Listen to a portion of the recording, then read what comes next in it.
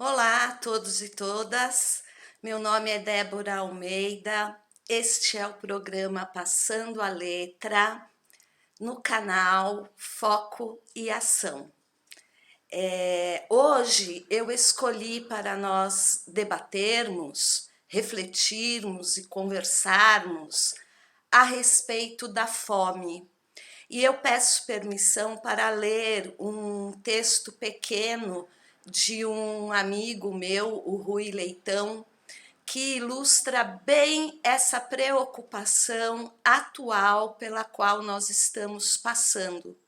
Ele diz assim: é muito triste observar que as imagens da fome estão voltando ao noticiário nacional.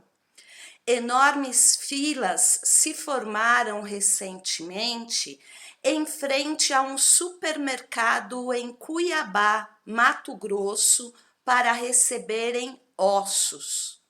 No Rio de Janeiro, os cariocas agiram da mesma forma, procurando adquirir pelancas descartadas. Em Fortaleza, no Ceará, a população pobre procura restos de alimentos em caminhões de lixo. Este é o cenário trágico e cruel que se apresenta no Brasil atual. São mais de 20 milhões de brasileiros com fome, segundo dados da Rede Brasileira de Pesquisa em Soberania e Segurança Alimentar e Nacional, o PENSAM. Estamos observando famílias inteiras entrando aceleradamente em situação de extrema pobreza. A Oxfam, organização internacional que atua no combate à pobreza, desigualdade e injustiça social, já classifica o Brasil como um dos focos emergentes de fome no mundo, ao lado da Índia e da África do Sul. Verifica-se o menor consumo de carne bovina em 26 anos.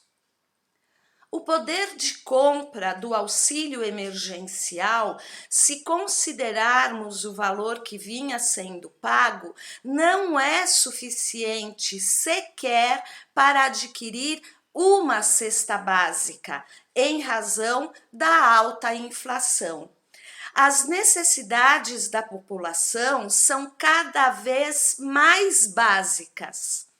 O desemprego e o preço dos alimentos nas alturas fazem com que se acentue esse quadro extremamente preocupante.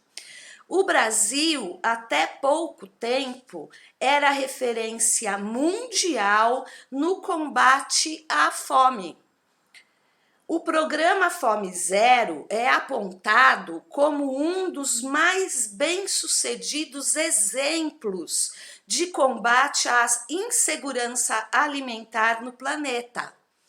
Na década passada, estávamos fora do mapa da fome, uma vez que era irrelevante o número de famílias que estavam sofrendo deficiência alimentar. Incompreensível que o Brasil, sendo um país rico na produção de alimentos, veja que um número crescente da população esteja convivendo com o drama diário da fome. Percebe-se a incapacidade do governo em investir em estoques reguladores. Não há políticas de estímulo à agricultura familiar, preferindo financiar o agronegócio que prioriza a produção de commodities para exportação. Commodities, né? Sempre lembrando, é um outro nome que a gente dá à produção de alimentos, de itens básicos. básicos, né? No caso da alimentação, o arroz, o feijão, o milho e outros cereais, né? E grãos. Vendemos para o exterior os alimentos aqui produzidos que voltam com preço em dólar, logicamente, muito mais caros. É constrangedor para todos nós brasileiros aceitar passivamente que muitos dos nossos compatriotas durmam na incerteza sobre o que terão de comer no dia seguinte, encarando o problema como meros espectadores, como se não tivéssemos nada a ver com isso. A fome dói. Não é possível que continuemos inertes ao sofrimento de tantos brasileiros. É dever de todos, a partir das autoridades governamentais, encontrar formas de enfrentar essa gravíssima crise humanitária, buscando fazer o possível para que cada ser humano possa ter garantido o direito sagrado de não passar fome. É também uma questão de solidariedade. Esse texto, como eu falei no início, foi escrito pelo meu amigo Rui Leitão, um historiador, um escritor, um poeta, uma pessoa de muita vivência, muita visão, né? E equilíbrio, inclusive, nas suas colocações. Eu confesso a vocês, e acho que esta é a situação de alguns também, oi Luci, que parece que eu acordei de um pesadelo e não consigo sair dele, né? Porque cada dia que passa a gente tem uma notícia pior do que a outra.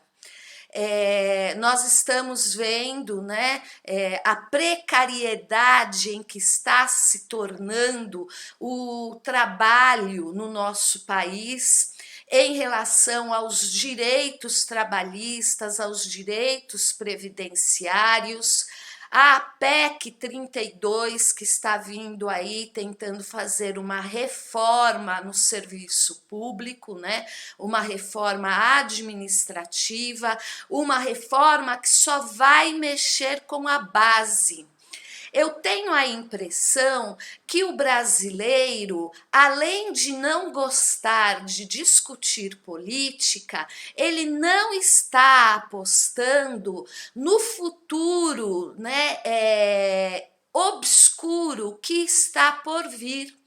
Se vocês pararem para prestar atenção em todas estas reformas, as que já foram aprovadas, as que estão em discussão e aquelas que fazem parte do plano do governo federal, elas só mexem com o trabalhador e com a classe menos privilegiada da nossa sociedade. Ela não mexe com os ricos, ela não mexe com empresários. E nós, trabalhadores, estamos vendo aterrorizados estas coisas acontecerem e não estamos agindo como deveríamos. Hoje, embaixo de frio e chuva, assim como ontem, ainda acho que ontem estava pior, os servidores públicos municipais de São Paulo estavam nas ruas e estão hoje de novo para impedir que a previdência dos servidores públicos municipais de São Paulo venha a ser mexida também. Os trabalhadores do serviço público estadual tiveram já o texto aprovado na Alesp, né? E tudo indica que o mesmo vai acontecer na cidade de São Paulo, mas não sem luta, porque os nossos companheiros que são do Serviço Público Municipal de São Paulo estão de parabéns pela luta que vem desempenhando. E nós não podemos desistir dela, porque nós estamos vendo as coisas acontecerem, a fome voltando com força total, os milhões de desempregados que nós temos no Brasil e estamos permitindo que tudo isso aconteça assistindo da janela. O neoliberalismo, né, que é a atual fase do capitalismo, esse capitalismo selvagem, né, ele só consegue dar conforto para 30% da população. Então, um governante que venha a defender este neoliberalismo, ele quer extinguir 70% da população. E nós já vimos, já tivemos prova que isso é sim um projeto de governo através das apurações da CPI da Covid. Infelizmente, né, hoje houve um debate muito grande a respeito do relatório final da CPI da Covid, onde as pessoas queriam ver sangue escorrendo do governo federal, né? Mas eu quero acreditar no que eu li de alguns companheiros que conhecem muito melhor as leis do que diziam que, às vezes, para a gente poder vencer, é preciso dar um passo atrás nos planos para que a gente possa ganhar no conjunto. Né? E através do ganho no conjunto, nós obtermos a vitória tão almejada lá na frente, lá no final. Mas existem questões que não podem esperar para serem discutidas, como o caso da pandemia e as perdas que já tivemos, né? Estas vidas, infelizmente, não voltam mais. Agora, nós temos hoje pessoas no Brasil e no mundo também, né? Mas nós temos hoje pessoas no Brasil que vão morrer de fome. Nós temos hoje pessoas no Brasil que, devido à sua insegurança alimentar, estão com os seus futuros comprometidos.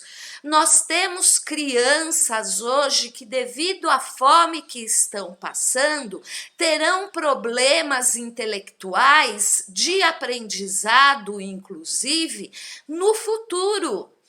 Né? Nós não podemos nos calar, nós não podemos ficar quietos vendo a banda passar. É preciso que nós discutamos estas questões básicas pelas quais a nossa sociedade está sofrendo. A alimentação é um direito humano desde o final da Primeira Guerra Mundial. Estamos falando de 1914, há mais de um século. Né? E o que nós vemos neste atual governo federal é um desmonte de todas as políticas que foram desenvolvidas no Brasil, garantindo esse direito humano de alimentação adequada desde os anos 30. Então, eu quero trazer para vocês, para essa nossa discussão, uma reportagem que eu encontrei no Nexo Jornal.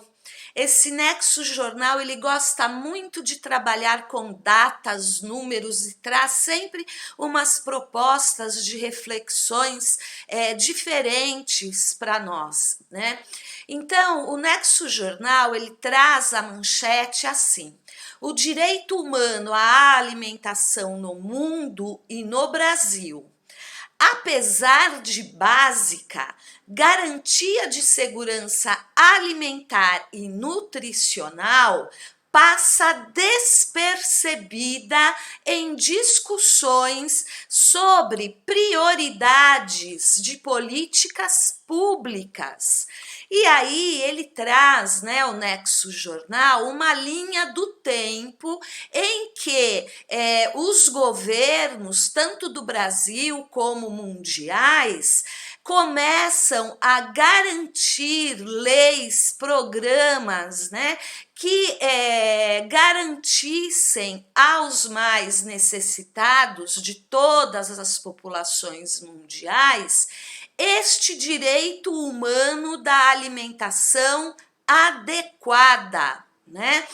E aí ele faz, né? Ele começa com o início do século XX, como eu disse para vocês, esta preocupação ela parte, né, do final da da Primeira Guerra Mundial, que foi de 1914 a 1919. Então a gente ainda no século XX nós vemos, né, a fome, né, que se estende pelo mundo em função da guerra. Na década de 30, aqui no Brasil, Josué de Castro já denunciava a fome, né?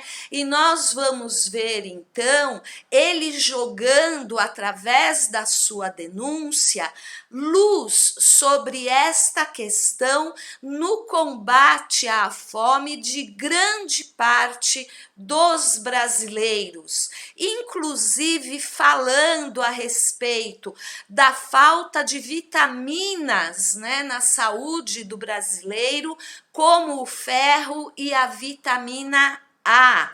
Nós vamos ver, né, no decorrer das décadas seguintes, uma figura que aparecia, inclusive, nos livros didáticos, nos livros das crianças na escola, que era o Jeca Tatu.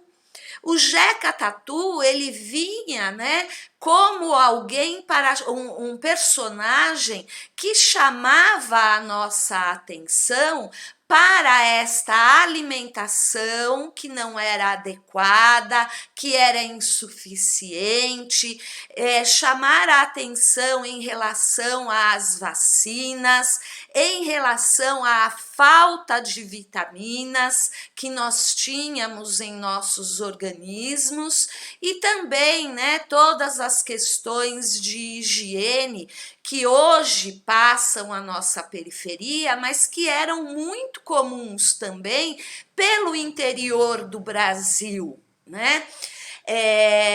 O Nexo Jornal passa pela década de 40, falando sobre as comissões que foram criadas para poderem controlar, né, o acesso à alimentação, como a Comissão Nacional de Alimentação, o Serviço de Alimentação da Previdência Social. Vai para o 1948, com a criação da Declaração Universal dos Direitos Humanos, né, em que a fome é um dos primeiros itens garantidos por esta declaração. E todos os países que assinaram essa Declaração Universal dos Direitos Humanos se comprometeram a não permitirem que suas populações passassem fome, né? Na década de 70, ele toca, né, no assunto da Revolução Verde, que vem trazer depois todo um debate a respeito dos agrotóxicos utilizados nas nossas plantações e também o debate sobre a permanência da agricultura familiar, não em detrimento ao agronegócio, né? Na década de 80, nós vemos então no Brasil a ascensão do projeto neoliberal e as questões econômicas mundiais serem discutidas e trazidas para a nossa realidade brasileira também. E o debate da reforma agrária se torna cada vez mais importante dentro desta temática. Olá, frases motivacionais, obrigada pela audiência.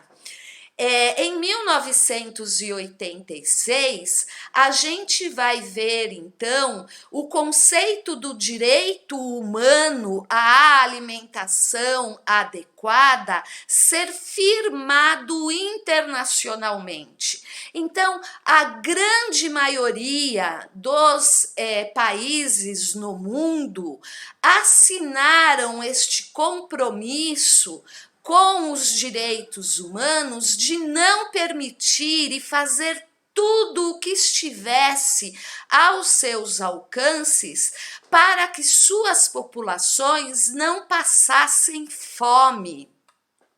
Em 1988, com a nossa nova Constituição Federal, a gente vê então que o texto buscou garantir direitos básicos e universais. E a garantia de que o povo brasileiro não passasse fome nunca mais é garantida pela Constituição Federal de 1988. Entramos à década de 1990 com o Estado brasileiro, né, já estabilizado economicamente, né, e nomeado como um símbolo para o país, um representante da ABIN, a Associação Brasileira da Indústria e Nutrição, para a presidência do Instituto Nacional de Alimentação e Nutrição. Então, conforme a gente lê essa reportagem do Nexo Jornal, nós vamos acompanhando a linha do tempo no mundo e no Brasil de garantias cada vez mais, né, firmadas e assumidas por seus governantes em relação a não permitir que a sua população passe fome. E nós vamos ver em 1993, no governo de Itamar Franco, um novo rumo para essa questão alimentar, lançando um plano de combate à fome e à miséria. Né? Então, eles criam, né, todo um programa que vai combater, vai buscar essa população, né, que está numa situação de fome e miséria, para garantir que este direito humano à alimentação adequada fosse garantido a todos os brasileiros. Em 1996, com o governo Fernando Henrique Cardoso, o que interrompe um pouco, né, esse processo de construção institucional no campo da segurança alimentar, mas não vira, né, as costas para esta questão, participando internacionalmente num marco, né, no mesmo ano da Cúpula Mundial da Alimentação. Em 1998, o Brasil lança o Fórum Brasileiro de Soberania e Segurança Alimentar e Nutricional. Em 1999, foi publicada a primeira Política Nacional de Alimentação e Nutrição.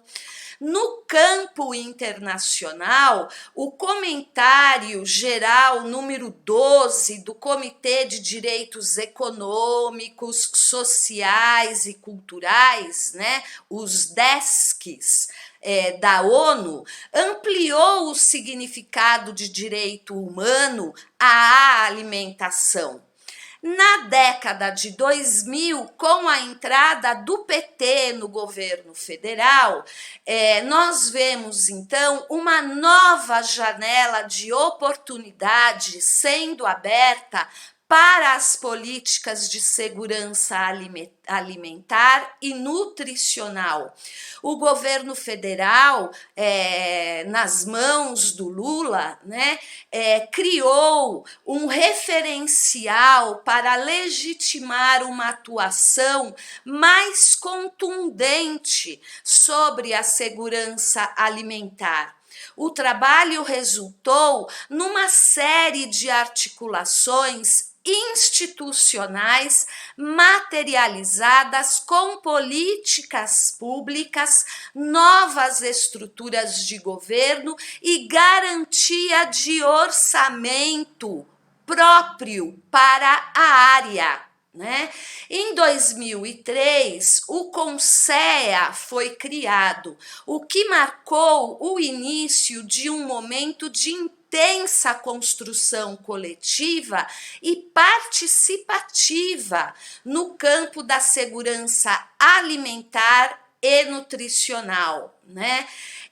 O programa Fome Zero tornou-se o eixo condutor das ações da área e teve como destaque o programa Bolsa Família, refletindo o deslocamento das ações de segurança alimentar e nutricional do setor da saúde para a área de desenvolvimento social.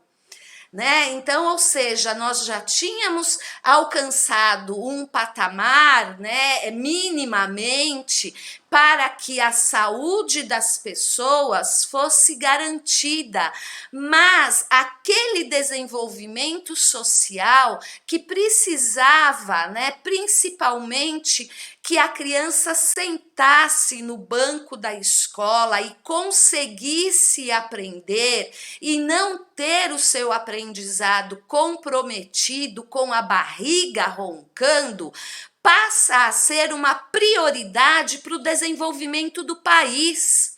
Se nós queremos desenvolver o nosso país, queremos investir em ciência, em educação, em desenvolvimento, a gente precisa ter pessoas preparadas para assumirem estes postos no futuro e continuarem o desenvolvimento que nós começamos. Então, nós temos que garantir o alicerce para que eles continuem a construir a nossa nação, o nosso desenvolvimento social. E aí, né, a gente vai vendo, com o passar dos anos, durante os governos do PT, essas políticas de desenvolvimento nacional ligadas, né, à questão da garantia da alimentação adequada, serem desenvolvidas e fixadas como um direito humano cada vez mais. Nós chegamos, né, a 2018 achando que a fome tinha sido erradicada do Brasil. E qual não foi a nossa surpresa quando este governo federal, que aí está, né, já de mãos dadas com o Temer, né, que depois do golpe de 2016 já começou o desmonte das políticas públicas petistas, né? E voltamos então em 2018 para o mapa da fome. E isso se agravou em 2019, em 2020 mais ainda por conta da pandemia, e chegamos agora em 2021 com uma reportagem da revista Fórum de 4 dias atrás, que vocês podem procurar aí depois, que diz o seguinte: governo Bolsonaro pede ao STF para que não seja obrigado a combater a fome. Gente, se o presidente da República, ignorando todo esse histórico que nós conversamos muito rapidamente, né, de uma linha do tempo maior do que de 100 anos, se ele acha que ele não deve ser o responsável pela questão da fome no Brasil, quem é? Quem é que está tirando a comida da boca do povo? Sou eu? É você? Quem é o responsável? Nós vimos que Bolsonaro, assim que assumiu o poder, acabou com os estoques regulatórios de alimentação. Estamos vendo o preço da gasolina subir praticamente todas as semanas, e ele fica falando que o problema é do ICMS. E quanto mais a gente demonstra que não é questão de ICMS, é a questão da dolarização, mais ainda ele vai na televisão para bater na mesma tecla, acreditando que a sua insistência vai fazer com que nós que sabemos a verdade seja tomada como um conto de fadas para a realidade que ele está querendo construir. Nossa população está comendo lixo. Estas 2 últimas semanas, nas redes sociais, o que mais teve foi publicação de carro de lixo sendo parado em áreas periféricas para a população revirar o lixo coletado e mesmo no meio da podridão tentar encontrar alguma coisa que se salvasse para servirem à sua família como alimentação numa próxima refeição.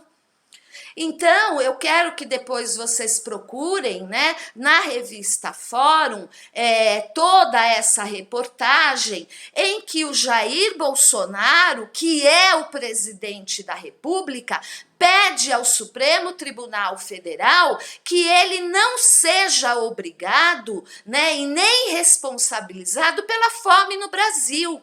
Eu espero que o STF, que já pisou tanto na bola com o povo brasileiro, não pise na bola mais uma vez, né? Porque aí, de fato, o que nos espera é o caos, né? Nós estamos caminhando para ele, mas ainda não chegamos lá. Agora, se a fome, né, for, vamos dizer, oficializada pelo STF, ao dizer, vamos supor, que o Bolsonaro, o presidente da República, não tem responsabilidade com a fome no Brasil, aí sim nós estaremos no caos. Aí vão separando pedra e pau, porque é isso que vai sobrar para nós lutarmos pela nossa sobrevivência nos próximos anos. Bom, gente, Chegamos aí ao término do nosso tempo hoje e eu espero que você, trabalhador, trabalhadora, que ainda tem o que comer dentro da sua casa, não seja só solidário com o seu vizinho ou o seu irmão, porque nós não vivemos só de filantropia. Nós precisamos de políticas públicas que garantam que amanhã nenhuma criança vai levantar da cama sem saber se vai ter comida no prato ou não. Hoje à noite, às 20 horas, no canal Foco e Ação no YouTube, vocês vão ter aí a surpresa de um bate-bola, de um bate-papo com um advogado que conhece muito a respeito dos comitês Lula Livre. Procure o nosso canal no YouTube, Foco e Ação, e dê-nos a graça da sua presença no debate, às 20 horas. Até lá, até mais tarde. Tchau!